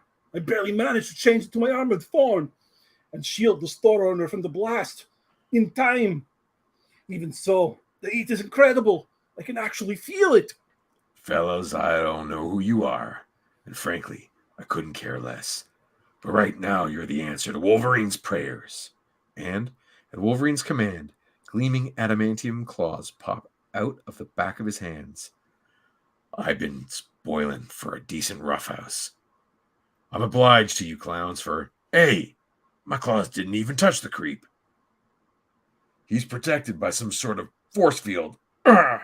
As he gets backhand smacked across the face and goes flying into the table right near Kitty Pryde, who then pops through the wall by her instinct. She like phases through the wall, not really knowing what happened, and she gets real dizzy and blacks out. More on that in a few minutes, by the way. We'll touch upon that. And inside the malt shop, we get some weird happening here where one of the other guys in those armor suits has some sort of I don't how do they describe that? Oh, you can't see it yet. Shit, sorry. My book has different pagination than yours. Oh, more Star Wars. Cool. We should read that ad in character. R2D2 and all that cash. Okay, so it says... Okay, so like this looks so much cooler in the version that's on the screen. Than yours? Oh yeah, like the colors of the magenta are like way blending.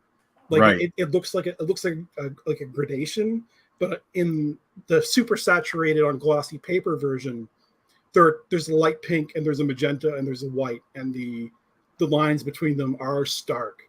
Right. And meanwhile, I know you're about to ask what the hell is happening here. I don't know, but it looks better on the screen than it does on the page. It looks as if he has some sort of propeller shield. Yes. I can't tell what's happening, but his right hand is like putting up something that blocks her weather powers, and there isn't a description in the text. She doesn't know, and the reader doesn't know. It's so weird. Normally, Claremont like trips over himself to describe what you can plainly see. Totally. The moment we need him. And Wolverine lands a backhand, and in my copy, like the color fades on it, but not in this one here. We see on the screen, he lands a backhand. We get those like star effects as like it's tearing through metal, and probably this guy's rib cage too. And I look at the design of the armor suit in the back of it, and I can't help but be reminded of the back of a stormtrooper. Like that, they have that weird horizontal box on their back of their armor. And it has some shapes, geometric shapes on the inside, like an up and down in a circle. In fact, this is, oh darn. I have in my hand a first order stormtrooper, but I'd have to go searching through a bin nearby to get a classic one. But that back, that's what it reminds me of right away, is stormtrooper back. The guy yells out, Storm unleashes her full like wind blast to knock this guy over, and then Colossus punks him one right in the back, knocking him out, calling him Tovarish. Good fun. They've knocked out 3 guys, and they start to pile them up. And they don't know what's happened, right? They have no idea why these guys have come after them.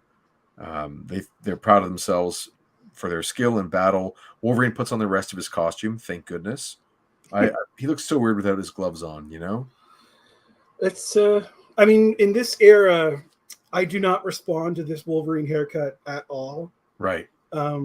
It's funny because Dave Cockrum must have just loved the Widow's Peak. All the X-Men under him had Widow's Peaks, and they do under Byrne as well. Right. But they all grow out of them. Like Storm does not have a Widow's Peak anymore. Wolverine does not have a Widow's Peak. But they have hardcore Dracula Widow's Peaks. They also they defy all like human logic. Like the Wolverine's Widow's Peak comes so low on his head in some drawings. Oh yes. It's not. It's really... like it's almost growing out from between his eyebrows or something. Sometimes even Storm's is like that is low. If you go back to the previous page, right. That was one of those things that it took me a while to get used to. Oh, yeah, that top panel. I mean, that is low. Those are bangs essentially. That is really weird. I didn't even notice.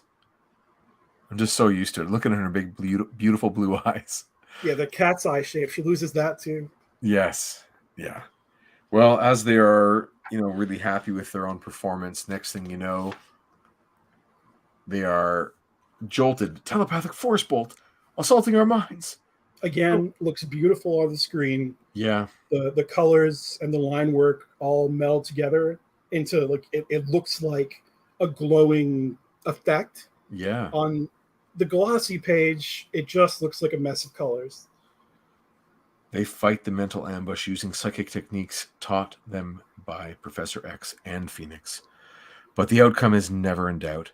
With a smile, Emma Frost, the White Queen, watches them fall. They're unconscious. What? Shouldn't there be a period there? Oh, there is in mine. Oh, there is on the one on screen. In mine, there is not. Yeah. It must have just disappeared in the... It's very tiny. They're unconscious. Load them aboard the hovercraft. Yes, ma'am. Wingard was right. These young people know their business. But the Hellfire Club knows every facet, every parameter of their mutant powers, their strengths, their weaknesses, how they fight, how they think.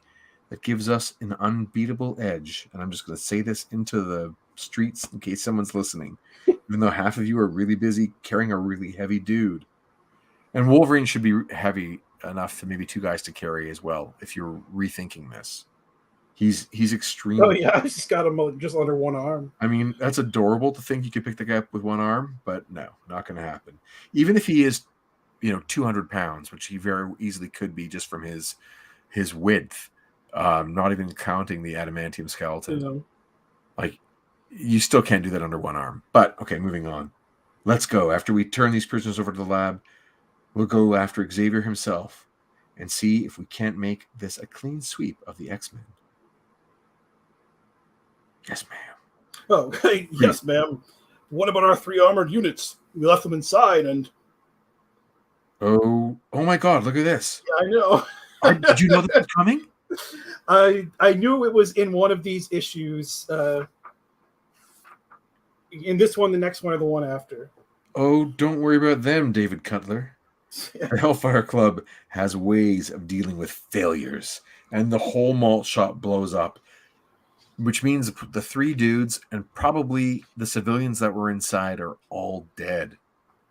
So when did you know that you were in this comic? I mean, I've known that there was a Hellfire Club agent named Cutler since I first read it, like 20 years ago. It's you. He looks just like you. Look at that. He's identical. He's got a head and a neck and probably features under that mask. Shoulders, I guess. And yeah, incredible. I had no idea that was coming. That's so funny. That's probably why you wanted to do this one. Does he ever come back? I don't think. He probably gets murdered by Wolverine. If you're lucky. Let me get this weird shot. She says his name again. Those men had power and training sufficient to help the X-Men without my help. Sorry, sufficient to defeat the X-Men without my help. They botched their job, and now explosive charges in their armor have rewarded them for their handiwork. Don't act so shocked, David Cutler. We pay good wages. We expect our money's worth. And they're driving along on this Rocket Robin Hood ship in the outskirts of Chicago. No people and no cars on the road. Okay, that's fine. So they strip the X-Men of their uniforms, which is adorable again. And to make sure there's no signaling device, which is smart. And they know about the lockpicks in her headdress. Wow. They did the research. Take it off, right? No other surprises. I'll keep them telepathically sedated until we reach the lab, which is good because, the whole Wolverine thing about him coming out, waking up from unconsciousness. But yeah, using her powers to keep them asleep is great. What about the Goyle? The Pryde kid? She escaped in the confusion. The X-Men were always our primary target. Now that we have them, she'll keep. When we want her, we know where to find her. Actually, to find Kitty, all the White Queen needs to do is turn around. I did it. I concentrated, and I'm walking right through this wall from the rear compartment. I feel tingly all over, but not as tired as the last time, and my headaches are all gone. Oh no! That creepy Miss Frost and her goon squad are holding the X-Men prisoners. Why? Why did I decide to snoop around in here? I gotta help them. But how? These guys have guns. Yeah, and superpowers. And I'm all alone. Awesome. Da-na-na-na. And next issue, we get the debut of the Dazzler, which is really exciting too. another like longtime member of the team. An interesting backstory on the Dazzler as a project too, which we can talk about next week. But all this, is again leading toward this larger story arc. Pieces are coming together. We're getting a new member of the team. So exciting. The backup in this issue of Classic X-Men, which is Classic X-Men number 35. The backup story here. Oh, let's just quickly before I say that, let's look at the mail and see if there's any names we know. Margaret O'Connell from Graduate College. Oh, there's nobody famous as far as I know in this one. No. Oh, look at that. I love those cars. So good. Did you have any of these? You ever play with any of these ones? I don't think I even recognize them. Other than the Batmobile, of course. I mean, yes, the Batmobile and the Batcopter and the Batcycle. But I still have that Batmobile. That's like I saw a thumbnail of Todd McFarlane on his live stream. Yep. Playing with this wacky Superman thing just the other day. Possibly even just today. I will not be able to resist it if I see it in person. Oh, yeah. What are the hands for? Like, what are the hands? For grabbing at kryptonite. Oh, my God. You know what? I think that was, it didn't look like this, but I think the same basic idea was in an episode of Super Friends. Yeah. I imagine so. Jason Lowe says he had the Batcopter passed down from a cousin. That's pretty much all cousins were good for, is passing down their unwanted but awesome toys. I had the Batcopter. I still actually have it, but I don't have the propellers anymore. So I used to pretend it was a boat. And the Batmobile I still have, from my original one from the 70s. And I had that Superman thing. And I would love to get it back. It was just a neat design. It was, again, like that spaceship Generica. It could be anyone's ship once you rub the logo off. Oh, yeah. But the idea was classic, creepy, unmarked van. I don't know why he had a van. There's no explanation for that. The Shazam car is actually really cool. I love that the tires came through the top. Oh, yeah. It was neat. And Wonder Woman's convertible was nice, but I didn't get to play with that one. Oh, the Shazam car and the Wonder Woman car threw me off so badly that I didn't even know what I was looking. I just erased all the other details. I was just like, I don't know what these are. And Joker is weird. I don't even know what that thing is. Like a station wagon hearse. I'm not a sports. I don't know what that is. Either way, could have tried a little harder on that one. And I guess that's the Penguins. Yeah, his roadster, and then the police car in the back. I just also love the drawing of the heroes. Like I'm guessing it's some like Jose Garcia Lopez. Yes, it's probably Lopez. I love his lines and his character movement. They're so good, amazing. But at the same time, these toys make me glad that I was a child of the 80s. So in the backup story, which is like a weird psychotropic kind of adventure, it's the moments that Kitty goes through the wall. And she just comes to a realization as she's going through, she has this out-of-body experience. And she just comes to the realization that her mutant power is passing through objects. And she says, passing through the new. And she figured out she can do it in service of others.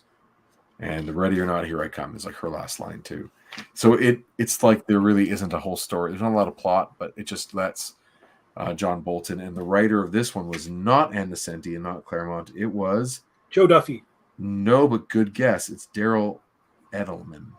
I don't know who that is. Me neither. I wonder how much of that Bolton was actually doing himself in terms of pacing out the entire story and doing all of like drawing what he wants to draw to experience the psychedelia. And Edelman just goes and scripts it after. I'm assuming that's kind of how it went. But this was a great issue. So much happens in it, and there's a lot of fun stuff. I can't believe that there's a character named Cutler. That is so cool. I am pretty sure he does not come back. Or at least he's never referred to again. He could very well be one of the ones that Wolverine.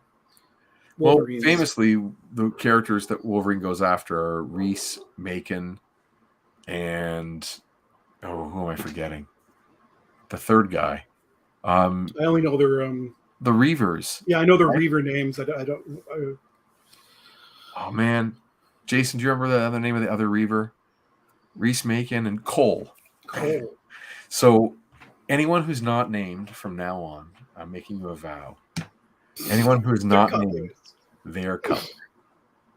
He used to drive my brothers and I crazy growing up. It seemed like every Cutler we encountered in fiction was a bad guy. Yeah. Hey, you know what? That's not so bad because every Jason you encounter in fiction is an asshole. So I just finished watching Stranger Things season 4, and it's like, can we not have? Oh yeah, he's Jason. He's the worst. Oh, I hate that guy. So I always hate the guy named Jason in fiction. In real life, though, you got Jason Lowe. So at least we're. Yeah, I only know nice Jasons. I don't know that many, but. No man, he's the only nice one I've ever met. But those are totally facts. That's all true. Thank you. Every Jason in fiction is an a-hole. The original Red Power Ranger I don't like, but except for Jason Lowe. But from now on, they're going to be Cutlers, which I'm excited. Do you have that figure, by the way? The Hellfire Club goons? No, I don't. I don't like Hasbro Pulse. I've only bought from them once, and like shipping was ridiculous. Yeah. Plus, like it bothers me that like they've cut out the middleman. There's no Toys R Us or Comic Shop or whatever taking their cut, and yet we're still paying full price. And now, like what, $42 and some ridiculousness for like it bothers me to the core. But right. I just think when it comes to Cutler, that you gotta have. It does feel like I should, but what's one Hellfire Club goon? You need at least two. Yeah. And I didn't even get the because I just like if it came out a year later, I would have. But when the Hellfire Club proper set came out, I just wasn't that hardcore about putting together an X-Men collection. Right. But then the pandemic happened, and that was like my obsession for the first year of the pandemic, like getting together all these guys back here. Are there any you're chasing? I mean, I just got Beast finally, thanks to my brother. I don't have Mystique still. I don't have Multiple Man. And then Toad is coming out. Right. There's a few others, mostly bad guys. There's like some villains that I'm missing that I would really like to like fill out the roster. But Mystique is the big albatross around my neck.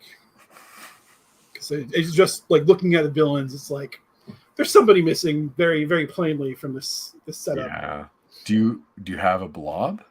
Like an old one? No, and I hate the old Build-A-Figure blob because I actually really love that character. And outside of the Ultimate Universe, he has never looked like that in the pages where he has all these like additional lumps and stuff. It's just they went overboard, and it's been not for me. But. So when you were, I don't remember what happened to the team, but when you started reading X-Men, was Freedom Force a thing?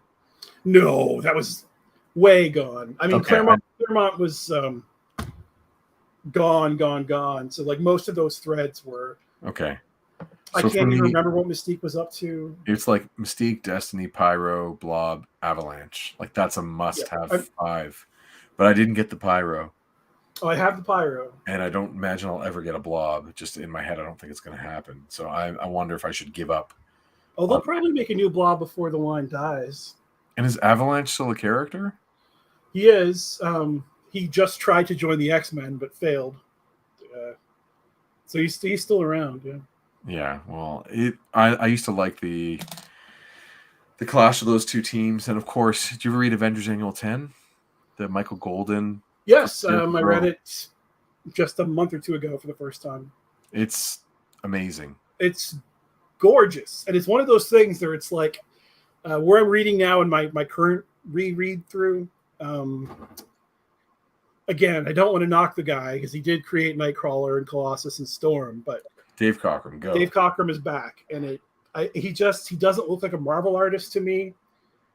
I don't know what he looks like. He looks like a 60s DC artist because even at this point over at DC, the art had shifted to more of a Neil Adams look, and he's very like low detail without having a lot of like cartoony flair to draw me in. Like I'm not really a fan.